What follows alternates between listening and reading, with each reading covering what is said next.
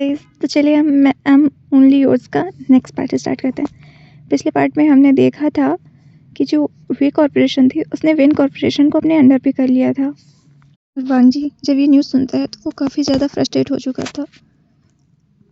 मतलब वांग जी ये न्यूज़ देख रहा था और उसे लग रहा था कि एक रात वो ड्रंक हो गए, क्या सो गया, यहाँ तो सब कुछ काया पलट ही हो गई। वांग जी ये भी जानता था कि वेन कॉरपोरेशन वेनचिंग की मदर का है और वेनचिंग इसे लीड करना चाहती थी। वेनचिंग अपने कॉरपोरेशन को कभी भी किसी और को नहीं देना चाहती, तो फिर वेनचिंग ने ऐसा क्यों किया होगा सोचता है और बटलर को बोलता है कि वो हैंगओवर सूप उसके रूम में लेकर ना आए, बल्कि ब्रेकफास्ट टेबल पर ही लें। वो तुरंत तैयार होकर नीचे आ रहा है और ऐसा बोलकर जी जल्दी से ऊपर जाता है और एक जल्दी क्विक शावर लेता है और तैयार होकर नीचे आता है। और इधर वांग जी जो अपने मन में सोच रहा था, लान वांग जी तुम कुछ नहीं कर पाओगे। अब तुमने जितना दर्द मुझे दिया तुम्हें उसका बदला तो लेना ही होगा। तुम एक एक करके वो सब चीज़ें खो दोगे जो तुम्हें इस शादी की वजह से मिली हैं, और उसके बाद मैं तुम्हें एक सच बताऊंगा और फिर तुम्हें उससे इतना दूर कर दूंगा जितना तुम सोच भी नहीं सकते। जो तुम्हारा था, जिसे तुम ओन करते थे।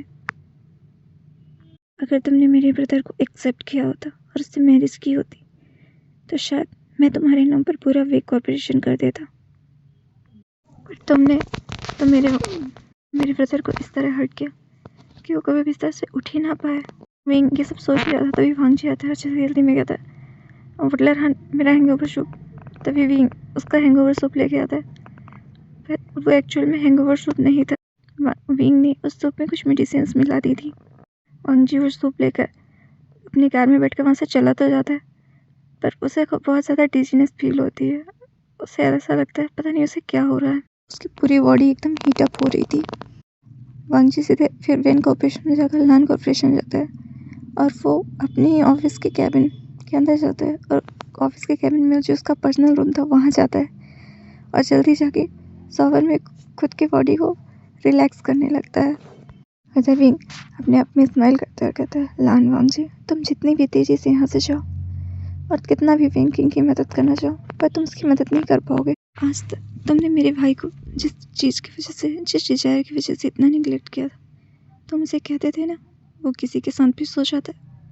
आज तुम किसी भी के साथ सो जाओगे, तब तुम्हें पता चलेगा ऐसा करने और ऐसा होने में कितना फ़र्क होता है। अब तुम अपनी वाइफ को सफाइयाँ देते देते थक जाओगे कि तुमने किसी और के साथ कुछ नहीं किया, पर एक्चुअल में तुम उस इंसान के साथ सब कुछ कर चुके होगे। क्योंकि मैंने जो मेडिसिन तुम्हें दी है इससे तुम खुद पर कंट्रोल तो नहीं कर पाओगे और तुम इस वक्त किसी न किसी की हेल्प की ज़रूरत तो लेनी ही पड़ेगी। ऐसा वेन कॉर्पोरेशन के ऑफिस में वेनचिंग वांग जी का वेट कर रही थी, क्योंकि उसे पता था वांग जी अब तक में उठ गया होगा तो उसे वेनचिंग के पास आना चाहिए, उसकी मदद करनी चाहिए। पर वांग जी अभी तक आ क्यों नहीं रहा है? वेनचिंग यही सोच रही थी और दूसरे जो वेन कॉर्पोरेशन के अंदर था और वो वेनचिंग से कह रहा था कि आई एम सॉरी मैम, पर मेरे पास इस वक्त वेन कॉर्पोरेशन के 60% शेयर है। इसका मतलब मेरे पास ज़्यादा मेजॉरिटी शेयर है और मैं भी नहीं कर सकता इस बारे में, क्योंकि ये बॉस का ऑर्डर है। उन्होंने कहा है कि वेन कॉर्पोरेशन के सारे प्रोजेक्ट्स को वे कॉर्पोरेशन में शेयर कर लिया जाए और वेन कॉर्पोरेशन को बंद कर दिया जाए। वेन कॉर्पोरेशन उसी तरह से चलता रहेगा जैसे वो चल रहा था, पर अब वेन कॉर्पोरेशन का नाम कहीं नजर नहीं आएगा, उसे वे कॉर्पोरेशन में कन्वर्ट कर दिया जाएगा।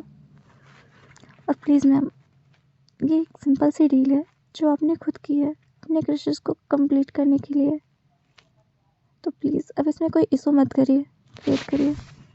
जो वेंचिंग से ऐसे बोलकर वेन कॉर्पोरेशन के ऑफिस से निकल जाता है और बाहर आकर विंग को कॉल करता है और कहता है सर काम हो गया।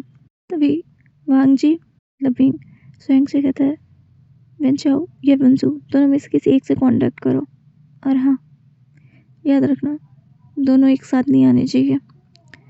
सियांग बोलता है यस सर, और ऐसा करके वो फ़ोन कर देता है।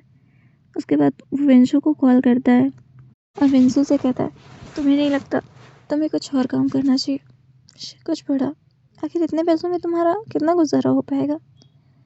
और स्वयं जो वेंशो को पैसों का लालच दिखाता है और उसे मिलने के लिए एक एड्रेस देता है। क्योंकि एक पुरानी फैक्ट्री का एड्रेस था। श्वेंग से बोलता भी है कि इस एड्रेस पर ही क्यों। तो श्वेंग बोलता है अब अगर तुम्हें इनलीगल तरीक़ों से पैसे कमाना चाहोगे तो ऐसी जगहों पर मिलना होगा ना। विंसो हंसता है और मन में सोचता है ओह, तो मतलब वे कॉरपोरेशन भी इनलीगल तरीक़े से पैसे कमाती है। अब तो मैं जल्द ही अमीर बन जाऊँगा और फिर मैं इस लानवांग जी को बताऊँगा कि जो हमेशा हम पर हुक्म चलाता है, मैं इस कॉरपोरेशन को बर्बाद करके रख दूँगा। तो जो अपने मन में ऐसा कुछ सोच ही रहा था, अब हमें नाइट का सीन दिखाया जाता है। विंस जो उस फैक्ट्री में आता तो है पर उसे वहाँ कोई नहीं दिखता। तभी वहाँ पर विंग आता है और विंग कहता है क्या बात है, मिस्टर विंसो खुद यहाँ पर आए हैं, वो भी मुझसे मिलने के लिए। वो विंग को देखकर पहले तो डर जाता है, फिर बोलता है ओह विंग, तुम, इतनी हिम्मत है कि तुम खुद ही मुझसे मिलने के लिए आ गए। पिछली बार का भूल गए क्या, मैंने तुम्हें कैद किया था। विंसो, अगर मैं भूल गया होता तो मैं तुमसे मिलने क्यों आता, तुम्हें हम मुझसे मिलने के लिए क्यों बुलवाता। तो विंसो कहता है तुमने मुझसे मिलने के लिए नहीं बुलाया, मैं तो आज यहाँ पर वेन कॉर्पोरेशन के सीईओ से मिलने के लिए आया। तो फिर वहाँ पर स्वयं भी आता है। स्वयं विंग की तरफ वो करता है, कहता है बॉस आपने जैसा कहा था सारा काम ऐसा हो गया है। विंसो जब स्वयं के मुंह से विंग के लिए बॉस सुनता है तो कहता है क्या ये कौन है। तो स्वयं कहता है तुम ही तो इनसे मिलना चाहते थे, यही तो वे कॉर्पोरेशन के सीईओ हैं, उस कंपनी के ऑनर भी यही हैं। नहीं, तुम तो विंग हो ना, तुम तो वांग जी के घर में सफाई का काम करते थे, तुम कैसे। विंग बोलता है हाँ बिल्कुल मैं वही हूँ। और विंग जिसके हाथ में एक सब नुकीली सी चाकू थी वो विंशु के पास आता है और कहता है क्यों, तुम्हें बुरा लग रहा है या तुम्हें अब डर लग रहा है मुझसे।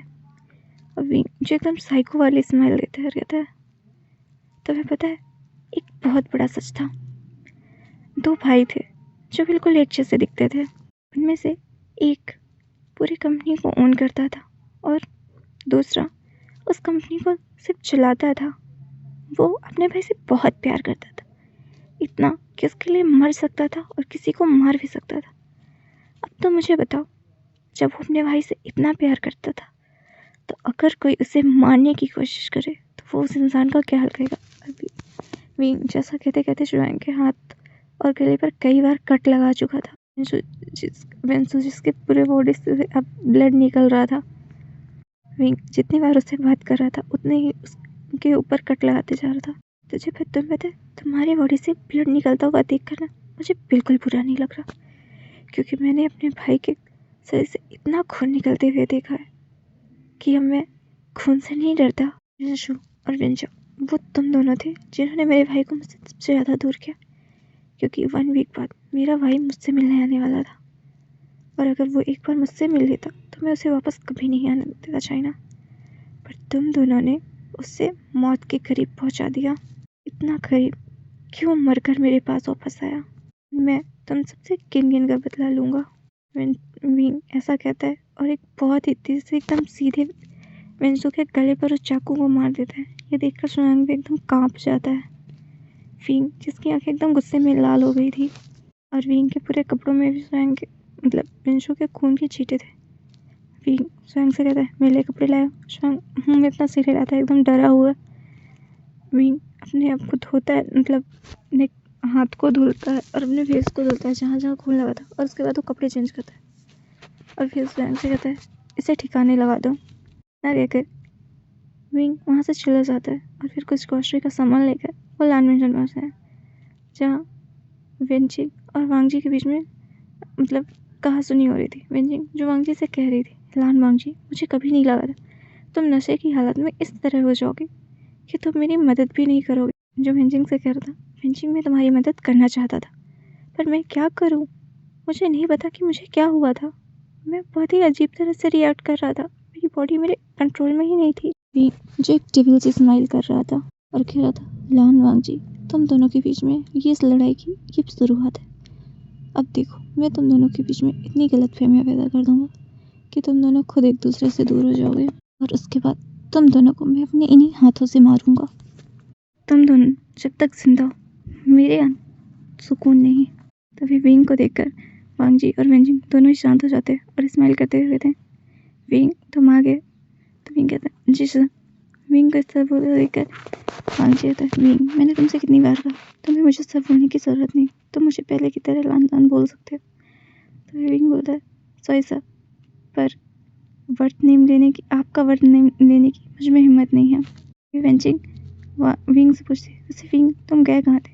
और विंग वांग जी को छुड़ाने के लिए बोलता है, मैं अपनी फैमिली से मिलने के लिए गया था। फैमिली से मिलने गया था, आखिरकार मेरा बेबी मेरा वेट करता है। जो समझ गया था कि विंग का बेबी से मतलब क्या है, वो अपने बॉयफ्रेंड को अपना बेबी कहता है। वांग जी अपनी मुट्ठियों को खींचता है, बोलता है, हमें तुम्हारी लव चॉइस जानने में कोई इंटरेस्ट नहीं है, मुझे भूख लगी है।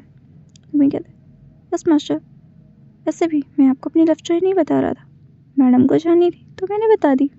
वैसे भी आप दोनों की भी तो कोई लव स्टोरी ही होगी ना। बेंजी जो समझ चुकी थी कि वांग जी विंग अभी भी वांग जी और बेंजिंग के रिलेशन को लेकर गलत फहमी में है, शायद इसीलिए वो किसी और के साथ रिलेशनशिप में है।